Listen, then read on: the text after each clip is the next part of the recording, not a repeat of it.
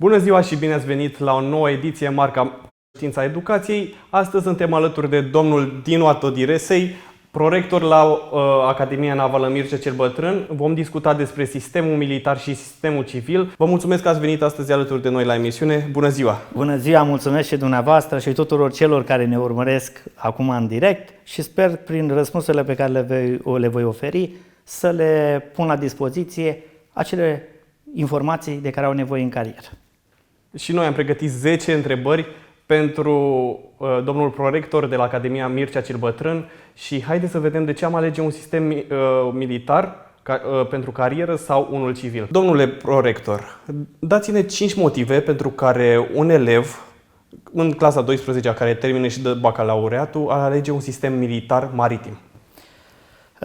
În primul rând, nu se vă refer, așa cum am spus, 5 motive, ele sunt mult mai multe, neapărat o să le prioritizez în ordinea importanței. În primul rând, sistemul militar este un sistem profesionist în care investim în primul rând în tineri, în resursa umană ca cea mai valoroasă resursă a forțelor armate României, a forțelor navale.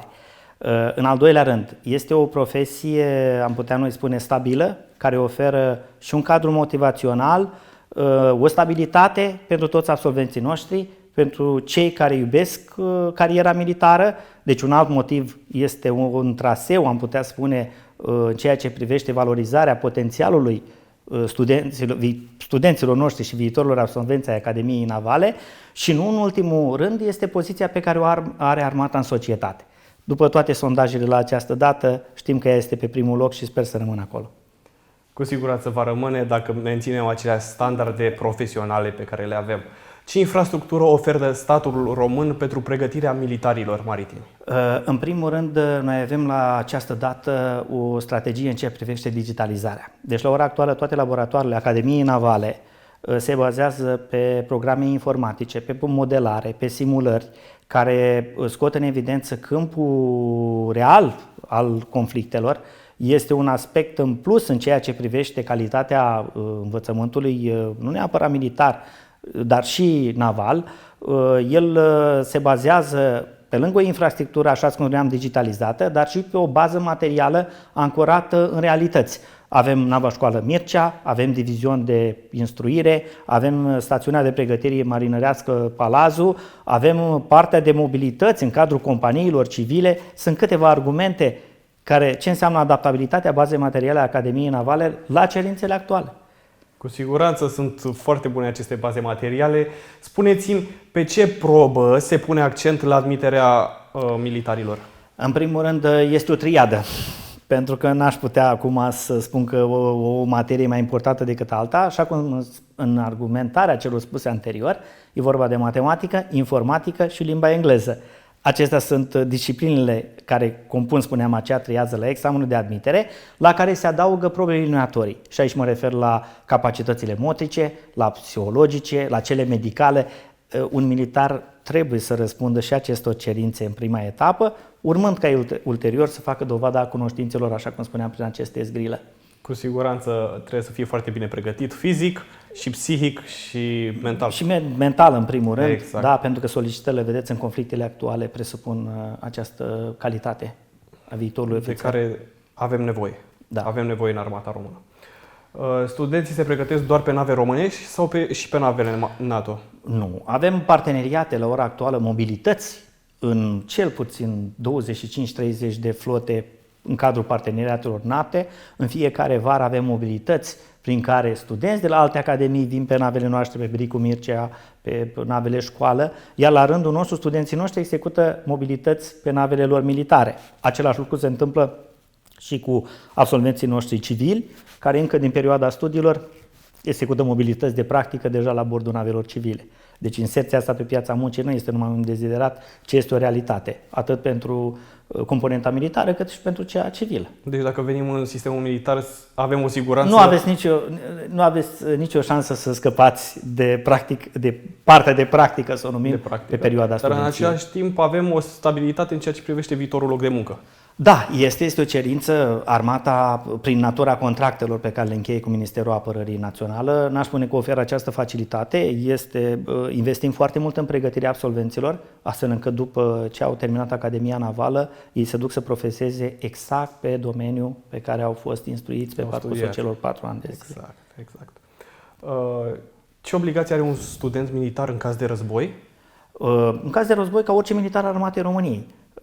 Ei au și caracterul de student militar, conform planurilor pe care le avem noi la dispoziție în caz de situație de criză și război. Ei continuă pregătirea, dar într-un ritm mult mai alert, fără weekend, fără ancorați de plin, astfel încât în timpul cel mai scurt, fără a face rabat de la pregătirea profesională, să răspundă cerințelor Forțelor Navale României.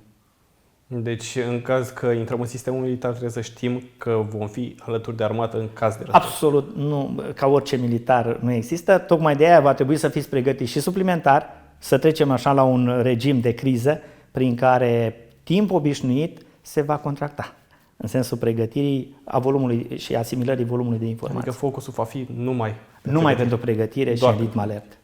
Ok.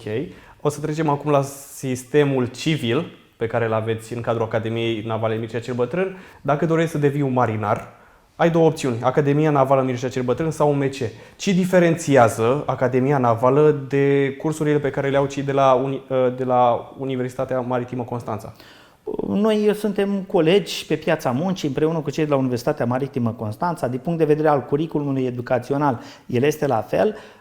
În plus, am putea spune la Academia Navală, oarecum baza materială fiind utilizată în comun și în ultima perioadă investițiile au dus-o la nivelul exigențelor așa cum au dorit companiile din industria maritimă. Avem multe grupe care studiază pentru anumite discipline în comun, cei de la militară cu cei de la civilă. Acea rigurozitate, nu în sensul de a restrânge libertățile sub nicio formă, dar este vorba de exact cerința mediului economic extern. Mai multă seriozitate în ceea ce privește modul în care ne implicăm în procesul educațional, în ceea ce privește inserția absolvenților pe piața muncii, în sensul că companiile ne cer tocmai acei absolvenți și chiar au cerut să facem program militar cu studenții civili. Este un paradox, dar l-au cerut piața muncii, companiile străine, pentru că ce vreau să le spun unui absolvent de liceu și care dorește să devină student al Academiei Navale sau Universității Maritime, să știți, am putea spune, sunt companii la care este mai multă armată decât în sistemul militar. Da, sunt reguli draconice și acest lucru se vor convinge. La primul voiaj îmi vor da dreptate. Cu siguranță. De curând ați înființat un nou program, se numește C-Mentors. Cum sprijină acest program cariera unui student înscris la secția civilă? Îl sprijină foarte mult pentru că el se dorește așa cum arată și denumirea, mentorat în ceea ce privește marea, în primul rând ca un ghid în ceea ce privește alegerea profesiei de ofițer de marină. În al doilea rând, sprijină mobilitățile foarte mult. Spuneam de conceptul de inserție pe piața muncii. Studenții sunt avizi de informații. Se duc la nave, se întorc înapoi și vor să-și clarifice acest lucru. Noi avem tutori de grupă, cadre didactice, mentori, care unii au făcut voiaje la bordul navei, alții au activat în companii civile legate de industria maritimă și pentru ei reprezintă modele. Întotdeauna la vârstele, chiar când ajungem până să profesăm, avem nevoie de modele, de oameni, să-i numim mai mări, cu experiență vastă în spate și care să le ofere în primul rând răspunsuri. Răspunsuri la întrebările de zi cu zi. Răspunsurile vin din această experiență. Vin în această experiență. Nu, este absolut necesar. Nu poți să vii să explici anumite concepte teoretice dacă nu ai în spate fundamente practice, trăite, la cald, să le numim la nivelul temperaturii la nivelul temperaturii apei mării. Ne puteți da 3 exemple de povești de succes în carieră ale studenților care au absolvit o secție civilă? Îmi revine acum în minte, acum 2 ani de zile, când un comandant de navă, absolvent al Academiei Navale, era pe a 2-lea navă ca mărime din lume, un VLCC, Vergi Largi cu Doyle în Japonia, a 2-a navă ca mărime din lume și avea 31 de ani, câștiga 17.000 de euro pe lună, câteva date sintetice care să arătăm această companie, acest model de succes a unui absolvent al Academiei Navale, de se poate ajunge un salariu prin muncă și vă rog să mă credeți, nimeni nu-ți va da pe mână un petrolier care el însuși înseamnă sute de milioane de euro plus marfa, gândiți-vă, dacă nu ești bine pregătit și nu faci face cerințelor. Nu există pile la bordul navei, în industria maritimă, să fim foarte înțeleși. Da? Există doar cunoștințe. Cunoștințe. Al doilea rând, la fel, absolventă de-a noastră, comandant de navă, dau și pentru femei, pentru tinere, ca să numim atât, de să nu credeți că este un embargo în ceea ce privește cariera pe mare. Da? Chiar este fiica unui post profesor al Academiei Navale, domnul profesor Bozianu, ajunsă comandant de navă, la fel, una din cele mai mari firme, nu vreau să fac reclamă, tocmai... Dar puteți să specificați și numele companiei, deoarece... Da, este la SMAGM, au ajuns la fel comandant de nave și poartă o carieră de succes în spate. Și lista poate continua, nu numai dânsii, cel puțin împreună cu cei de la Universitatea Maritimă, sunt atâți absolvenți care astăzi comandanți de nave, poziții cheie în cadrul companiilor. Am avut și președinți care la ora actuală au salvit Academia Navală, deci formăm caractere pe bază de cunoștințe, am putea spune oameni de succes pentru tot ce înseamnă sistemul acesta global ca meserie, aceea de ofițer de marină. Foarte interesant. Credeți că putem avea amprentă zero de carbon pe transportul maritim până în 2050? Este un deziderat nu numai pentru industria maritimă, cred că pentru toate industriile. Bine, aici un cuvânt de spus îl vor avea cei care construiesc nave. În primul rând, șantierele navale. Politicile sunt dure în domeniu, se caută tot felul de, am numit spune, de soluții în ceea ce privește reducerea la zero acestor emisii de carbon. Se merge pe principiul utilizării resurselor regenerabile, la fel la bordul navei, PV-uri, eoliene. Merscu în 2018 a lansat prima navă în ceea ce privește cu eoliene la bord. În vederea reducerii, la ora actuală s-a trecut pe gaz lichefiat, tocmai ideea de a reduce, încă nu s-au testat partea de motoare electrice, dar la dimensiunile navelor probleme cu acumulatorii. Suntem pe drumul cel bun, repet încă o dată, provocarea este în partea constructorilor de nave, ei sunt cei care vor rezolva această dilemă, noi o vom exploata, mă refer la partea celor care, atât mecanici, electricieni, automatiști, toate. Deci credeți? Repet încă o dată, aș vrea să fiu optimist, poate vor fi embarcațiuni mai mici care vor îndeplini aceste cerințe, mai mult ca sigur, cel puțin cele de agrement, dar cele pentru transporturi de mărfuri la volumul existent la ora actuală, probabil vor rezista companiile care vor îngloba cât mai multe tehnologii de reducere a amprentei de carbon. Și noi sperăm să economisim mult mai mult. Acest lucru. Da, este. 90% din transportul actual se face pe mare. Ce aparate moderne aveți în dotare pentru a simula experiența pe mare a studentului în cadrul ANMB?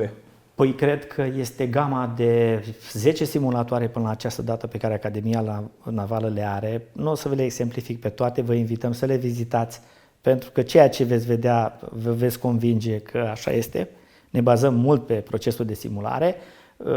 Putem discuta de simulatorul Navy Trainer, mă refer pe mare, de simulatorul integrat pe fluviu, este ultima noastră achiziție în ceea ce privește și componenta fluvială, pentru că o bună parte din absolvenții noștri ajung să fie ofițeri pe fluviu, automat.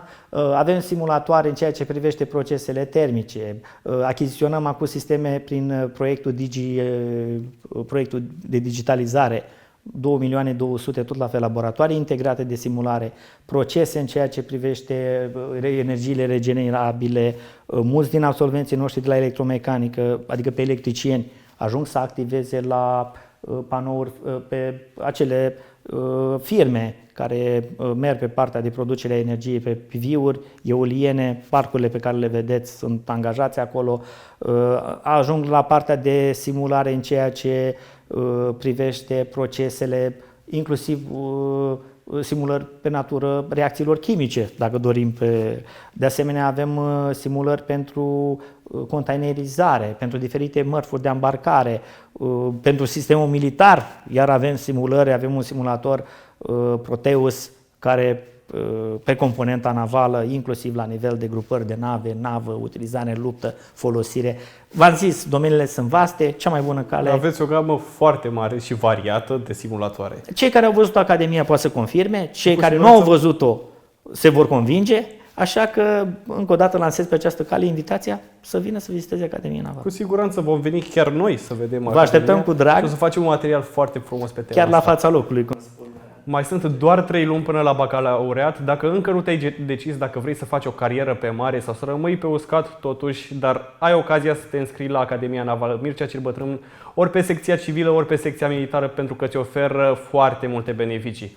Alături de mine astăzi a fost domnul prorector din cadrul Academiei Navale Mircea cel Bătrân, domnul Dinu Atodiresi. Vă mulțumesc tare mult că ați venit alături de noi. Și eu vă mulțumesc și totdeauna voi fi alături de dumneavoastră, de cei care vă urmăresc, tocmai pentru că a le oferi o informație reală, pertinentă, care să-i sprijine în opțiunea pe care o vor lua-o.